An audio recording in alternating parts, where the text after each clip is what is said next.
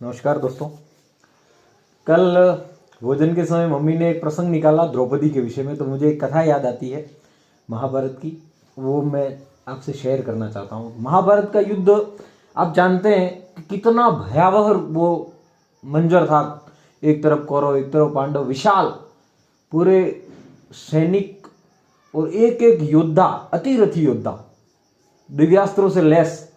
आज की परमाणु एटम बम कहीं अटकते नहीं वहां। इतने बड़े बड़े योद्धा, दिग्गज, अर्जुन जैसा योद्धा जो अपने एक बाण से वो चाहता तो वर्षा कर लेता, चाहता तो अग्नि उत्पन्न कर देता। इतना निपुण, कहते हैं कि सर्वश्रेष्ठ धनुर्धर उस समय उसको कहा गया था। इतना विशाल सेना, इतनी कुरुक्षेत्र में, इतना, ऐसा कहते हैं कि जितने योद्धा वो मरे उस समय रक्त और उस मांस से इतना कीचड़ हो गया था उस समय। उतना भयावह स्थिति आप कल्पना कर सकते हैं। तो महाभारत का युद्ध हो गया, युधिष्ठिर राजा बन गए। फिर उनको स्वप्न आने लगे, रात को नींद नहीं आवे।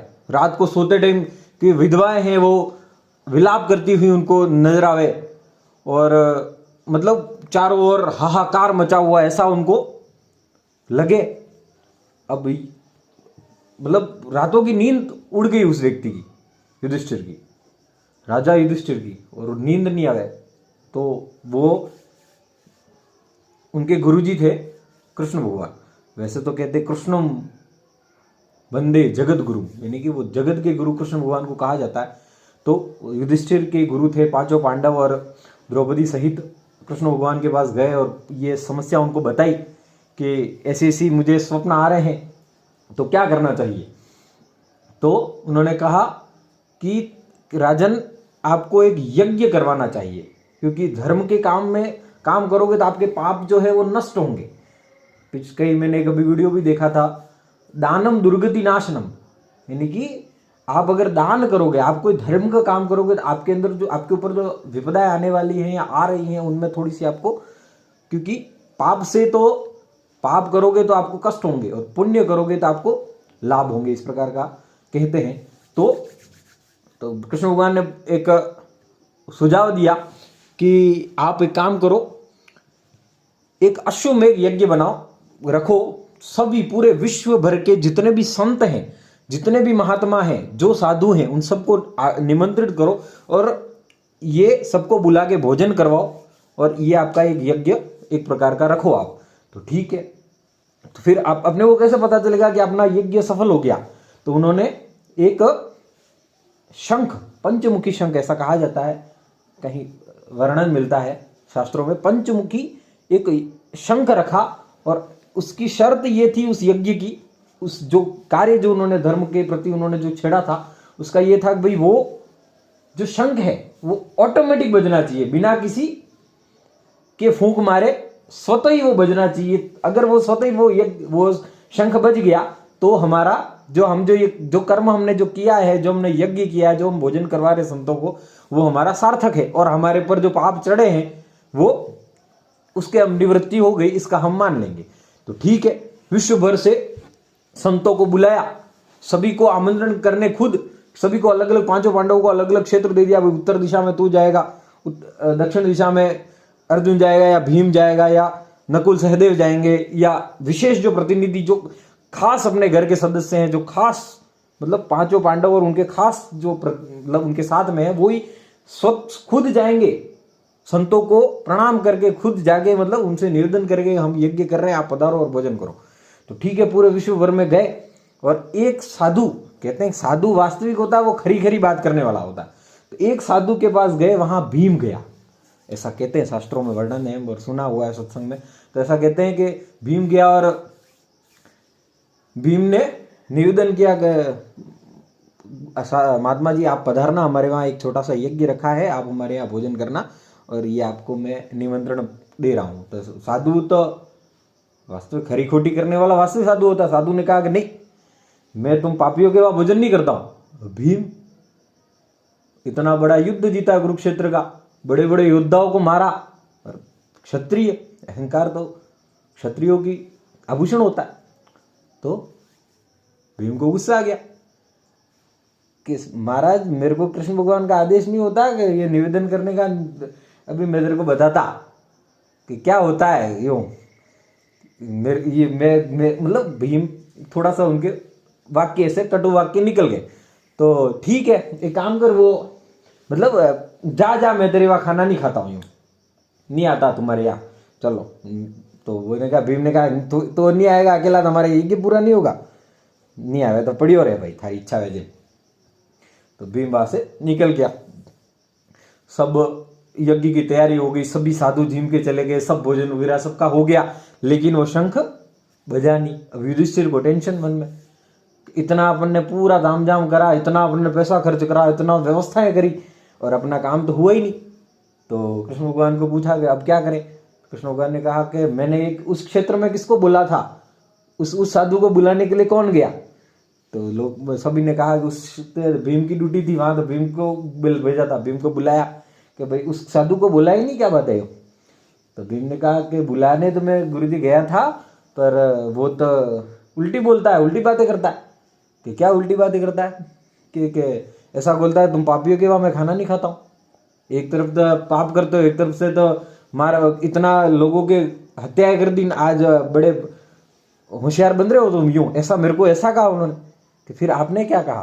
तो मैंने यूं कहा कि मेरे को कृष्ण भगवान ने नहीं कहा था, मैं अभी बताता तेरे को कि साधुओं को ऐसा नहीं कहते।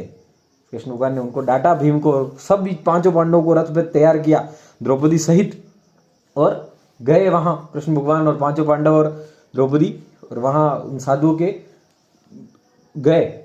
और उस साधु ने लास्ट में कहा था भीम को कि अगर मेरे को बुलाना है तो एक काम करना पड़ेगा कि तुम जो ये यज्ञ कर रहे हो, मेरे को कम से कम 100 यज्ञों का अगर तुम दान करो, संकल्प करो कि मैं तुम्हारे को 100 यज्ञ का दान करता हूं, तब तो मैं तुम्हारे वहां भोजन करूं। कि ठीक है। तो वो बात वापस भीम ने कृष्ण भगवान को बताई कि ऐसे ऐसे उन्होंने कहा कि अगर मेरे को खाना खिलाना है तो मेरे को 100 यज्ञ संकल्प करने पड़ेंगे, तो मैं वहां पे तुम्हारे वहां खाना खाऊंगा। तो वहां कृष्ण भगवान ने गए, थोड़ी सी दूर ले जाके रथ रुकवा दिया, भाई अब यहाँ रख दो, यहाँ से अपन पैदल चलेंगे।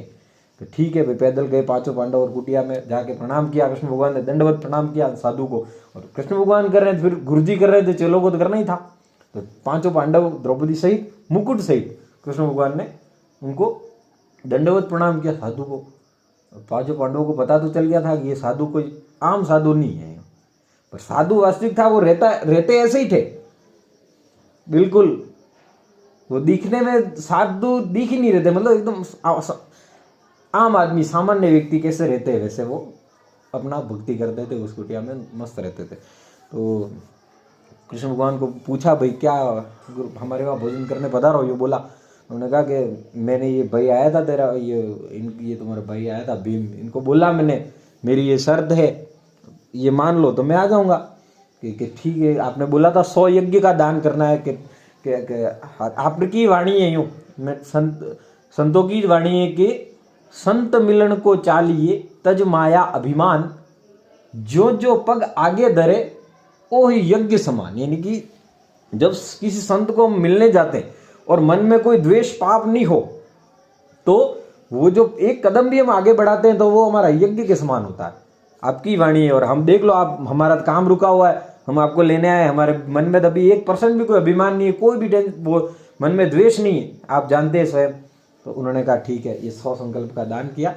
और फिर एक खोटी में माला पड़ी हुई थी सुमरण करने वाली। तो भीम को कहा, भाई वो माला, भाई गिदाधर, एक माराथन 100 पड़े था, कह रहा था हम तो भीम युद्ध कैसे जीत रहे थे, कैसे कर रहा था, मेरे को बता रहा था, वो माला पड़ी है, मेरे को दे, निकाल गई हो। तो वो माला भीम से, वो माला टस से मस नहीं हुई, ऐसा वर्णन है, ऐसा कहते हैं संत महात्मा, कि वो जो खूंटी से एक माला, वो पूरा उन्होंने जोर लगा दिया अपने भीम का 70 हाथी का बल उसने लगा दिया, पर वो एक टस से मस नहीं हुई वो माला। और उस संत ने खाली यूं किया, खाली वो सुमरणी उनके हाथ में आ गई। भीम की अकड़ निकालनी थी। मेन बात तो उनका ये जो माला लेने के कारण वो था कि वो एक अकड़ निकालनी थी भीम की, कि मैं युद्ध में, हमने कैसे युद्ध जीता। भीम को जो अभिमान हो गया था, वो एक माला तेरे से निकल नहीं रही है, तो होशियारी कर रहा है, तो वो एक अकड़ निकालनी थी। तब जाके वो भीम भी विनम्र हो गया, हाँ ये महात्मा हमारा काम करने वाले। महात्मा को ले गए। अब कृष्ण भगवान ने कहा कि ये महात्मा है, ये साधु हैं और ये पूरा अपन ने जो काम धाम किया इनकी वजह से अपना काम ये पूरा होएगा। ये जो अपना संकल्प है, अपना जो अश्वमेध यज्ञ अपन जो कर रहे हैं, अपना जो मेन उद्देश्य है वो यही साधु पूरा करेगा। इसके लिए भोजन बनाओ व्यवस्थित। तो ठीक है, द्रौपदी के मन में आया, हाँ आज मैं इन महात्माओं को ऐसा मैं खाना खिलाती हूँ मेरे हाथ से, वो भी याद रखेंगे द्रौपदी ने क्या खाना खिलाया, 10 जगह मेरी तारीफ करेंगे। तो द्रौपदी ने खुद हाथ से गुलाब जामुन व्यवस्थित जो इतने 5-10 पकवान थे बढ़िया हाथ से बनाए और थाली परोसी। वो साधु तो वही है, साधु तो भूखा भाव का है, साधु उनका काम करने आया। लेकिन साधु अब जो भी व्यवस्था थी उसमें पूड़ी खीर दाल सब्जी जो भी मिठाई वगैरह सब उन्होंने क्या किया मिक्स कर दिया सारा ये, और उसने दाल वगैरह डाल के पूरा मिक्स कर दिया। अब द्रौपदी के मन में क्या हुआ, देखो ये साधु ही देखो इतना अच्छा भोजन, मैंने खुद पटरानी, पूरे भारत की पटरानी, उस समय हस्तिनापुर बहुत बड़ा राज्य था और उसने खुद हाथ से खाना बनाया और साधु देखो इनको खाने के वो नहीं हो रहे, मिक्स करके खा लिया। अब वो मन में उसके पाप आ गया। अब वो जैसे एक एक कोर 5 कोर बना लिए, 5 कोर उन्होंने खाए और वो शंख पी पी पी पी करके बजा 5 बार और बंद हो गया एकदम से। 5 पांडव तो राजी हो गए, अपना शंख बज गया, काम हो गया। तो कृष्ण भगवान कहने कहा नहीं, ये शंख इसकी ध्वनि तो 3 लोकों में बजनी चाहिए थी, देवता खुद वहां से फूल वर्षा करनी चाहिए, तब ये काम अपना हुआ। अब बोला कृष्ण, ओहो अब किसको बुलाना पड़ेगा यो। युधिष्ठिर ने कहा, कृष्ण भगवान ने कहा नहीं, इनसे बड़ा कोई साधु है ही नहीं, और गलती कहीं कहीं अपने में कि क्या गलती हुई है। कृष्ण भगवान को पता चल गया, द्रौपदी को बुलाया साइड में कि बता तेरे मन में कोई बात थी कि हाँ मैंने इतने अच्छे प्रेम से खाना बनाया, इन्होंने कि ऐसा कर दिया। कि द्रौपदी को डांटा कृष्ण भगवान ने कि साधु अपने काम करने के लिए और साधु अपने हिसाब से काम करते, और मन में द्वेष लाया है, तेरी गलती है, तेने पाप किया बहुत बड़ा।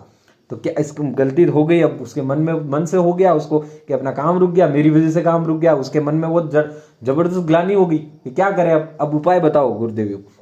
उन्होंने कहा कि एक काम करे, एक बड़ी परात ला और इन संत के चरण को धो।